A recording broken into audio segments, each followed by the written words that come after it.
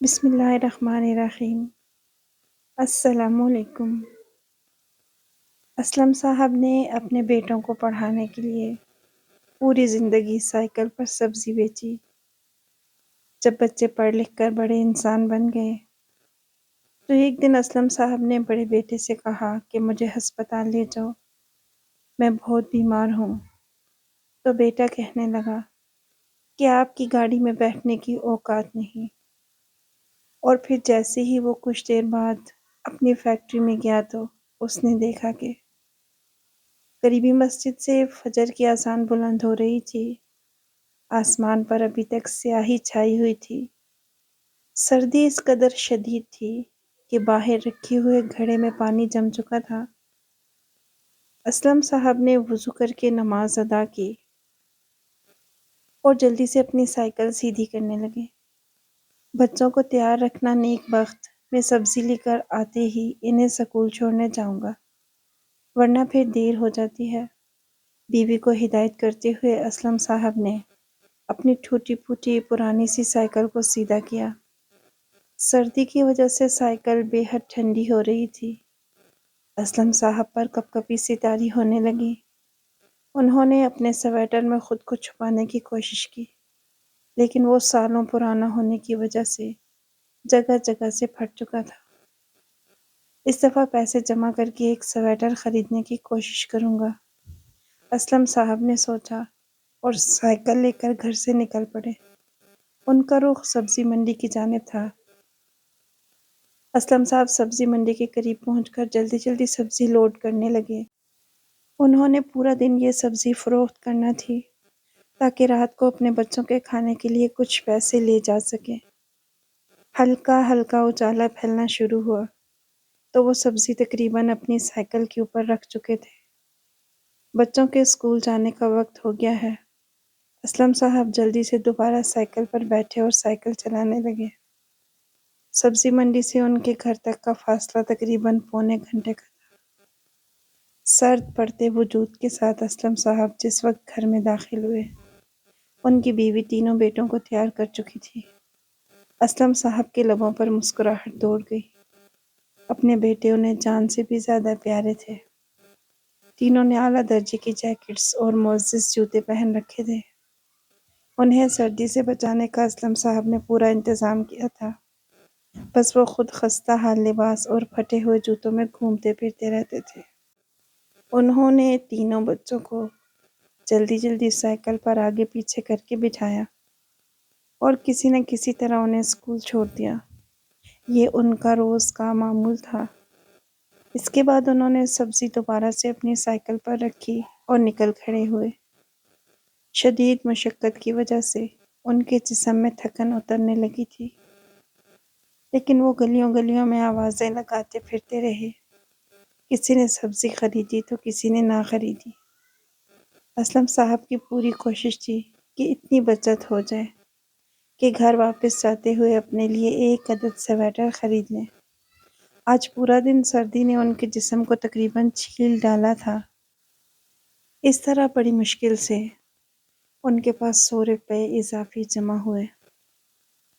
2-3 دن مزید اسلم صاحب رات 9 بجے کی بجائے 10 بجے واپس آتے رہے تاکہ اپنے سویٹر کے پیسے جمع کر سکیں۔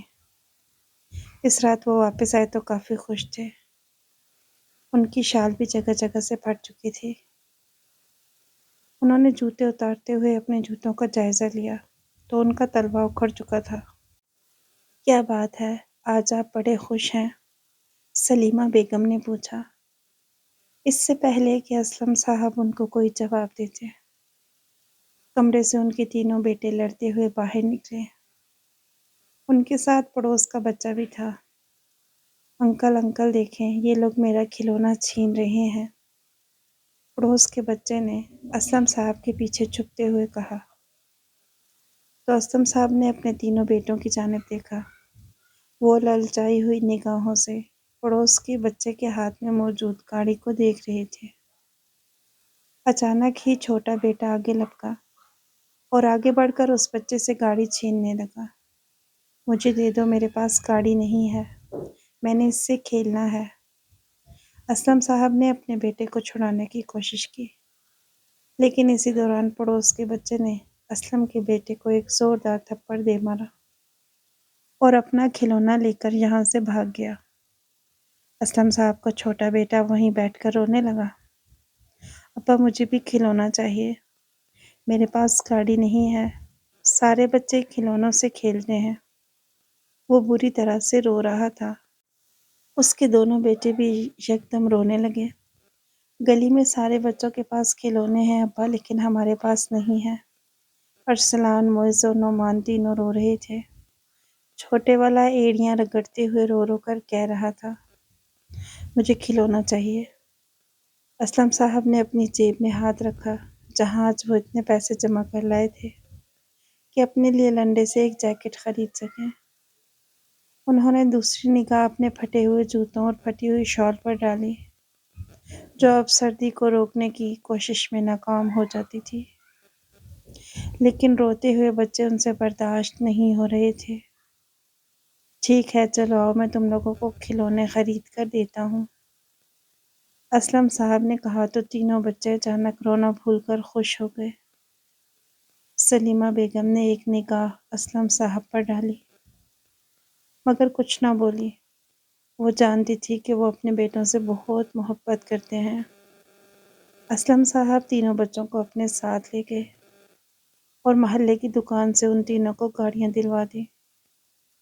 اب ان کی جیب میں پیسے ختم ہو چکے تھے، بچے بہت خوش تھے اور محلے میں سب کو کھلونے دکھا کر آ رہے تھے۔ آپ کچھ پیسے اپنے لیے رکھ لیتے، آپ کا سویٹر بھی پھٹ گیا ہے اور شال بھی، صبح بے حد سردی ہوتی ہے، کہیں آپ بیماری نہ پڑ جائیں، سلیمہ بیگم نے کہا۔ تو اسلم صاحب مسکراتے ہوئے کہنے لگے، میرے بچے خوش ہیں، انہی کے لیے تو کام کرتا ہوں۔ اللہ کا دیا میرے پاس سب کچھ ہے۔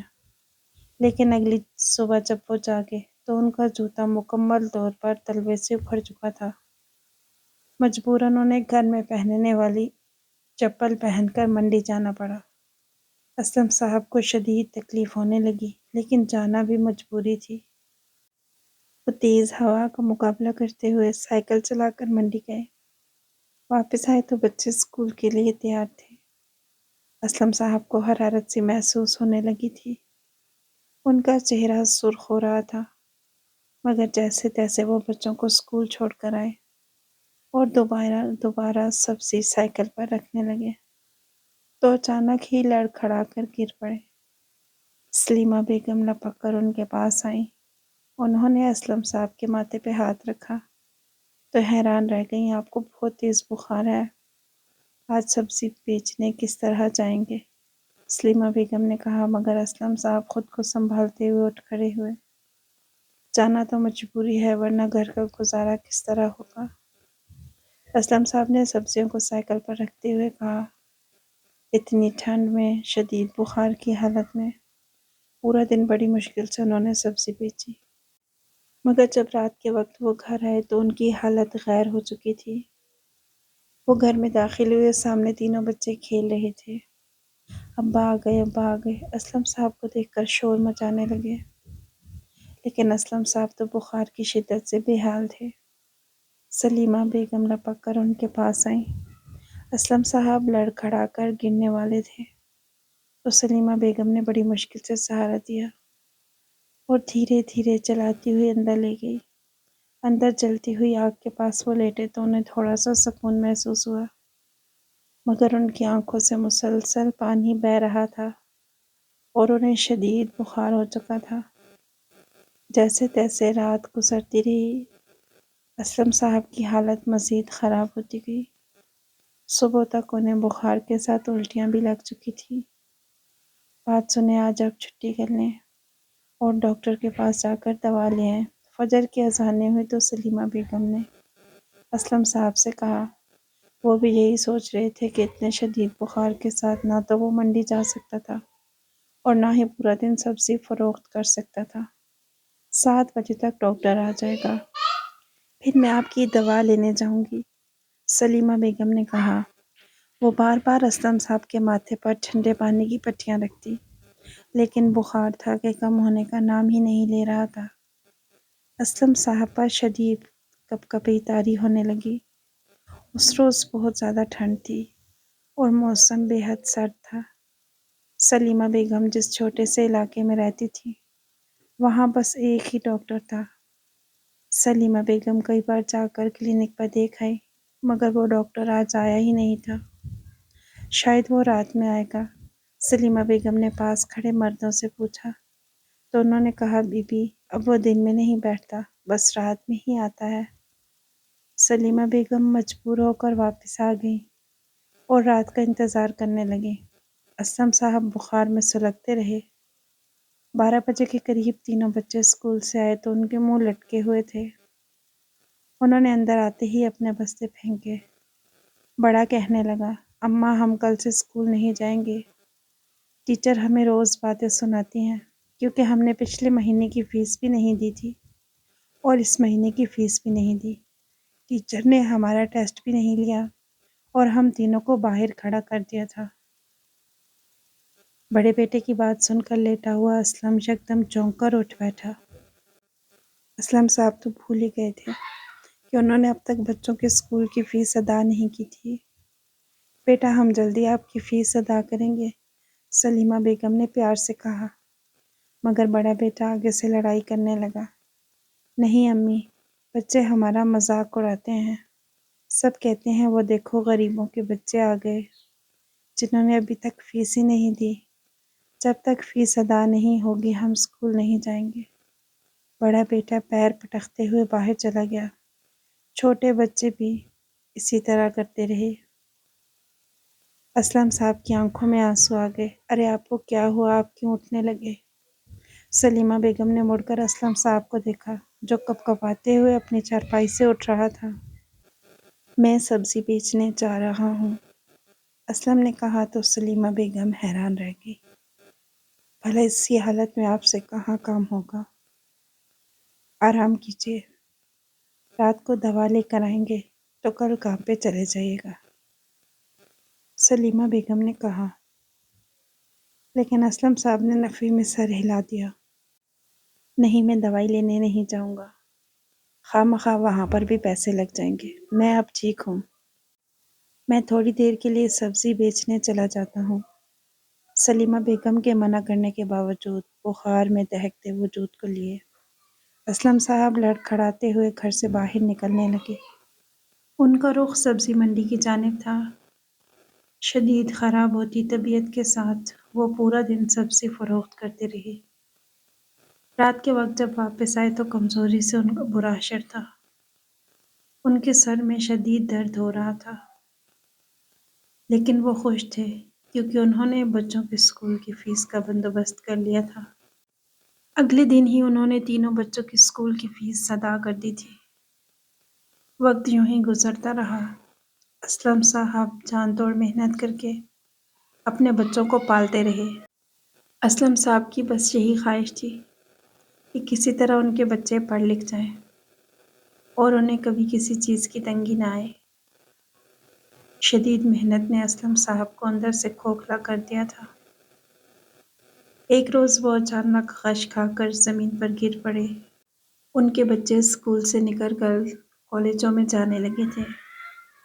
سلیمہ بیگم بھی اب بوڑھی ہو چکی تھی، لیکن جب انہوں نے اپنے سامنے اسلم صاحب کو صحن میں گرتے دیکھا تو وہ پوری طرح سے گھبرا گئی۔ سلیمہ بیگم لپک کر ان تک آئیں مگر اسلم صاحب کی آنکھیں اوپر کو گھوم چکی تھیں اور ان کے ہاتھ پاؤں ٹیڑھے ہو رہے تھے۔ سلیمہ بیگم پوری طرح سے گھبرا گئی۔ گھر میں اور کوئی نہیں تھا، بچے کالج گئے ہوئے تھے۔ وہ جلدی سے اپنے پڑوسی کے گھر گئیں اور ساتھ والے پڑوسی عبدالمجید صاحب کو بلا کر لے آئیں۔ انہوں نے جو اسلم صاحب کی یہ حالت دیکھی تو گھبرا گئے۔ وہ تو بالکل ہی بے ہوش ہو گئے ہیں، انہیں اٹھا کر لے جانا پڑے گا۔ وہ جلدی سے باہر نکلے اور ایک رکشہ پکڑ کر لے آئے۔ علاقے سے باہر ایک سرکاری ہسپتال تھا۔ سلیمہ بیگم اور عبدالمجید صاحب انہیں اسپتال لے آئے۔ ہسپتال والوں نے ان کی یہ حالت دیکھی تو انہیں فوراً سے ایمرجنسی میں داخل کر لیا۔ سلیمہ بیگم بری طرح سے گھبرا رہی تھی۔ ان کے پاس ایک بٹنوں والا موبائل تھا۔ انہوں نے اپنے بچوں کو بار بار فون کرنے کی کوشش کی۔ اسلم صاحب نے اپنی محدود آمدنی میں بھی تینوں بچوں کو اچھے ٹچ موبائل دلا رکھے تھے۔ نعمان نے کال ریسیو کی۔ بیٹا جلدی سے آ جاؤ، تمہارے ابو کی طبیعت بہت خراب ہے، وہ بے ہوش ہو گئے تھے، میں انہیں ہسپتال لائی ہوں، سلیمہ بیگم نے گھبراتے ہوئے کہا۔ تو دوسری طرف سے نعمان کی نہایت بیزاری والی آواز آئی۔ ابو نے پھر الٹی سیدھی کوئی چیز کھا لی ہوگی، اس لیے بیمار پڑ گئے۔ اب میں کیسے آؤں؟ کالج میں بڑا اہم فنکشن ہے، میں ابھی نہیں آ سکتا۔ نعمان نے یہ کہہ کر فون کاٹ دیا۔ سلیمہ بیگم کو حیرت ہوئی مگر انہوں نے زیادہ توجہ نہیں دی کیونکہ ایمرجنسی سے ڈاکٹر باہر نکل کر آ رہا تھا۔ اس نے آتے ہی سلیمہ بیگم سے کہا، آپ لوگوں کو کیا پتہ نہیں تھا کہ آپ کے مریض کو شوگر ہے؟ ان کی شوگر حد سے زیادہ لو ہو گئی تھی جس کی وجہ سے ان کی یہ حالت ہوئی۔ اب بہت زیادہ احتیاط کرنے کی ضرورت ہے، انہیں کسی بھی قسم کا میٹھا نہ دیا جائے اور کھانے پینے میں بہت احتیاط کی جائے اور پابندی سے دوائیں کھلائی جائیں۔ ڈاکٹر ہدایت دے کر چلا گیا مگر سلیمہ بیگم نے اپنا دل تھام لیا۔ اتنی بڑی بیماری اسلم صاحب کو کیسے لگ گئی؟ تھوڑی دیر بعد اسلم صاحب کی طبیعت بہتر ہو گئی۔ ڈاکٹر نے دوائیوں کی ایک لمبی پرچی کے ساتھ انہیں گھر بھیج دیا۔ سلیمہ بیگم کے پاس جتنے پیسے تھے اس نے ان میں سے چند دوائیاں تو لے لیں مگر اب پریشان ہو گئی تھی۔ اس نے اسلم صاحب سے کہا کہ آپ سبزی بیچنا چھوڑ دیں، لڑکوں سے کہیں اب وہ کوئی کام کاج کرنے، لیکن وہ نفی میں سر ہلانے لگے۔ آخرکار ان کی تعلیم مکمل ہو گئی۔ اسلم صاحب بہت زیادہ خوش تھے۔ انہوں نے اپنے بیٹوں کی ذمہ داریاں پوری کر دی تھی۔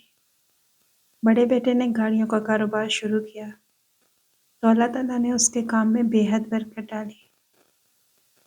چند ہی دنوں میں ان کی قسمت بدلنے لگی اور وہ ایک بڑا ٹرانسپورٹر بن گیا۔ کاروبار پورے ملک میں پھیل گیا۔ اس نے اپنے شہر میں گاڑیوں کا ایک بڑا شو روم کھول لیا۔ اسلم صاحب اپنے بیٹوں کی اس کامیابی پر بہت خوش تھے۔ سلیمہ بیگم کا انتقال ہو چکا تھا۔ اپنی تنہائی کو دور کرنے کے لیے اسلم صاحب کو اور تو کچھ سمجھ نہ آتا۔ وہ ہر روز صبح اٹھتے، اپنی سائیکل نکالتے اور سبزی بیچنے نکل کھڑے ہوتے۔ انہیں اپنے تینوں بیٹوں پر ناز تھا۔ ایک روز صبح کے قریب جاگے تو ان کی طبیعت بہت زیادہ بوجھل تھی۔ انہیں اپنے پیروں میں سوزش محسوس ہو رہی تھی۔ ان کا دل گھبرانے لگا۔ انہوں نے ادھر ادھر ہاتھ مار کر اپنی شوگر کنٹرول کرنے والی دوائیاں دیکھی مگر دوائیاں تو کئی دن سے ختم تھی۔ جب تک سلیمہ بیگم زندہ تھی وہ ان کی دوائیوں کا مکمل خیال رکھتی مگر اب جب اسلم صاحب کو یاد آتا تو دوائی کھا لیتے ورنہ کئی کئی دن وہ بغیر دوا کے چلتے رہتے۔ اسلم صاحب کی آنکھوں میں دھندلاہٹ سی اترنے لگی، ان کے ہاتھ پاؤں کپ کپانے لگے۔ انہوں نے گھبرا کر آواز دی، نعمان، ارسلان، لیکن گھر میں کوئی ہوتا تو ان کی آواز سنتا۔ وہ لڑکھڑا کر اٹھے اور کمرے سے باہر نکل آئے۔ یہ لوگ پہلے والا ٹوٹا پھوٹا گھر کب کا چھوڑ چکے تھے۔ یہ تو ایک شاندار بنگلہ تھا جو نعمان نے خریدا تھا۔ اسلم صاحب نے گھر کے ہر کمرے میں آواز لگا کر دیکھ لیا مگر ان کے تینوں بیٹے گھر نہیں تھے۔ اب کیا کروں؟ لگتا ہے میری شوگر ہائی ہو رہی ہے۔ اسلم صاحب کو اندازہ ہو رہا تھا۔ ان کی طبیعت کافی زیادہ خراب ہونے لگی۔ وہ بےتابی سے اپنے بیٹوں کا انتظار کرنے لگے۔ وہ بہت زیادہ نڈھال طبیعت کے ساتھ کھڑے تھے۔ اتنے میں انہیں گاڑی کی آواز آئی تو اسلم صاحب کو اطمینان سا محسوس ہوا۔ نعمان اندر آیا۔ پینٹ کوٹ پہنے وہ موبائل پر کچھ ٹائپ کرتا ہوا اندر آ رہا تھا۔ مصروف سے انداز میں اس نے اپنے کمرے کا دروازہ کھولا۔ تبھی اسلم صاحب اپنے کمرے سے باہر نکلے اور لڑکھڑاتی ہوئی آواز میں کہا، نعمان بیٹا، میری طبیعت بہت زیادہ خراب ہو گئی ہے۔ اس وجہ سے مجھ سے سائیکل نہیں چلائی جائے گی، ورنہ میں خود ہی دوا لے آتا۔ تم مجھے ہسپتال لے جاؤ، اسلم صاحب نے کہا اور باہر نکلنے لگے۔ انہیں پتا تھا کہ نعمان ابھی فکر مند ہو جائے گا اور انہیں آرام سے لے جا کر گاڑی میں بٹھائے گا، مگر نعمان جو کمرے کا دروازہ کھول رہا تھا اچانک پلٹ کر کہنے لگا، آپ سے کتنی دفعہ کہا ہے کہ اپنی دوائیاں ذرا دھیان سے کھایا کریں، پھر پھینک دی ہوں گی دوائیاں۔ میں 1000 روپے کی خرید کر لاتا ہوں اور آپ دوائیوں کو اس طرح سے ضائع کر دیتے ہیں۔ اب ہو گئی ہے شوگر ہائی تو میں کیا کروں؟ اپنا حلیہ دیکھا ہے آپ نے؟ نعمان نے ان کا سر سے لے کر پیر تک جائزہ لیا۔ اس کے چہرے پر نفرت بھرے تاثرات تھے۔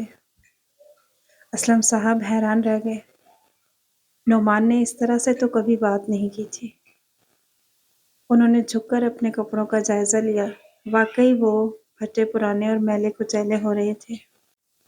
نہیں بیٹا، میں نے اپنی دوائیاں کہیں نہیں پھینکی، لگتا ہے کہ ختم ہو گئی ہیں۔ اسلم صاحب نے کچھ کہنے کی کوشش کی، لیکن نعمان نے پلٹ کر بری طرح سے انہیں چھاڑ دیا۔ مجھے بے وقوف مت بنائیں، میں آپ کو اس حلیے میں اپنی گاڑی میں بٹھا کر کہیں نہیں لے جا سکتا۔ آپ اپنی سائیکل پر ہی ہسپتال چلے جائیں، ورنہ لوگ کیا سمجھیں گے؟ پتہ نہیں میں نے کسے گاڑی میں بٹھا رکھا ہے،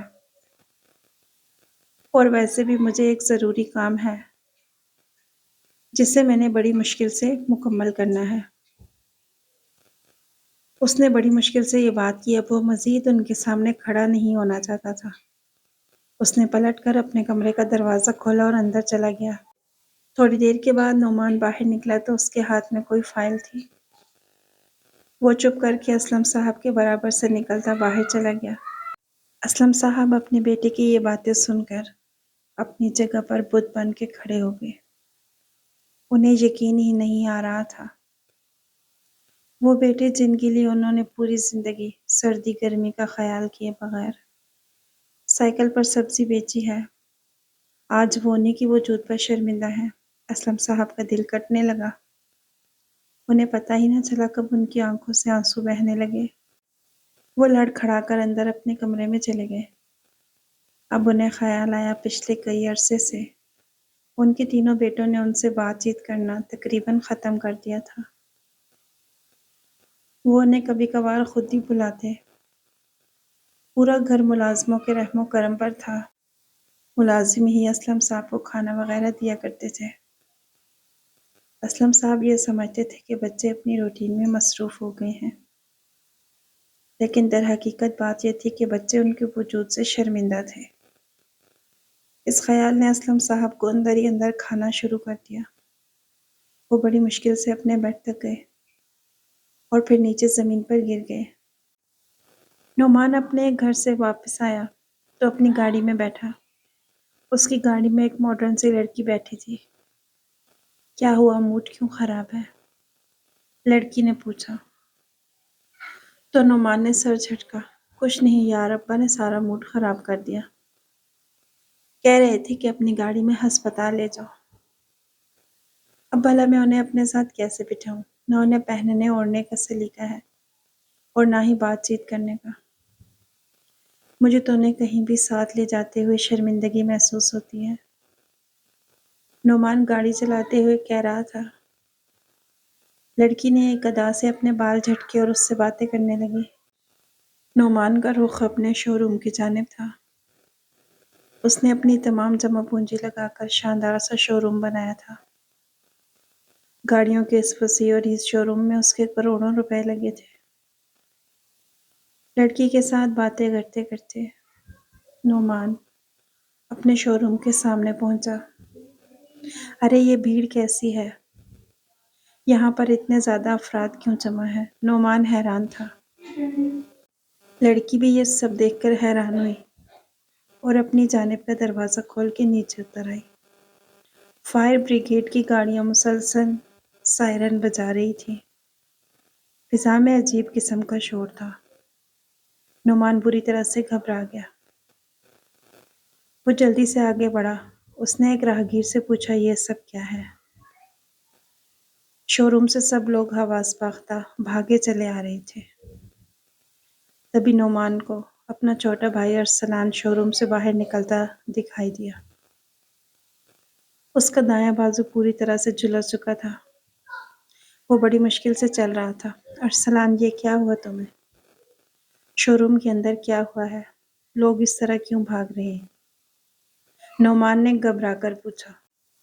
تو ارسلان، جس کی آنکھوں سے آنسو بہہ رہے تھے، وہ مشکل بولا، آپ کو کتنی بار فون کیا لیکن آپ کا نمبر نہیں لگ رہا تھا۔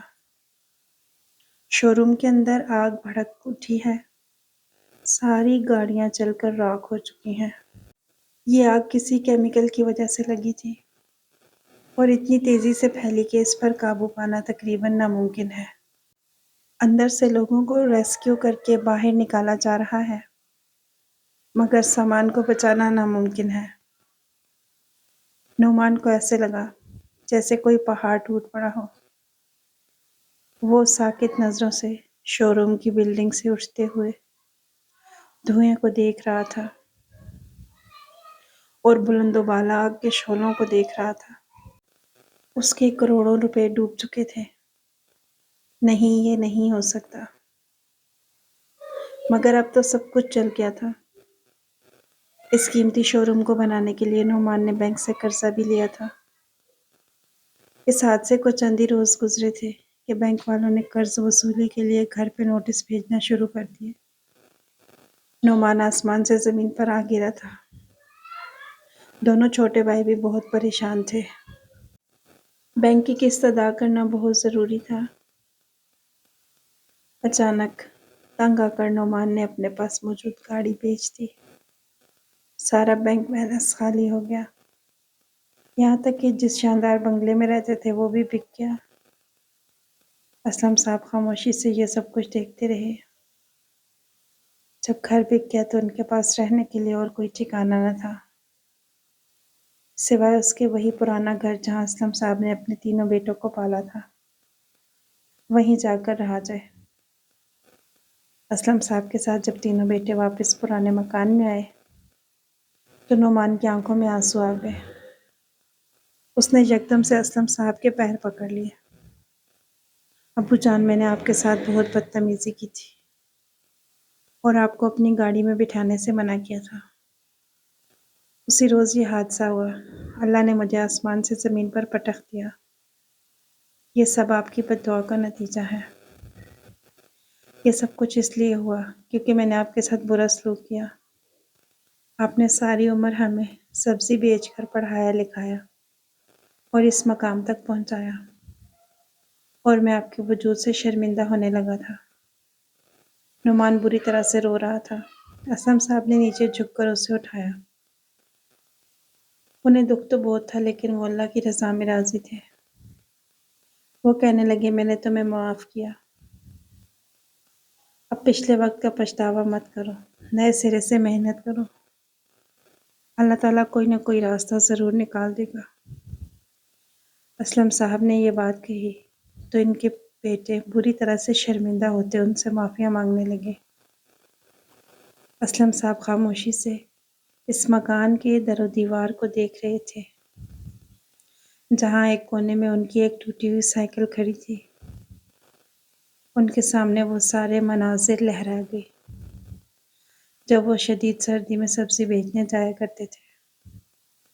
وہ لڑکھڑاتے قدموں سے اندر آئے اور سامنے رکھی کرسی پر بیٹھ گئے۔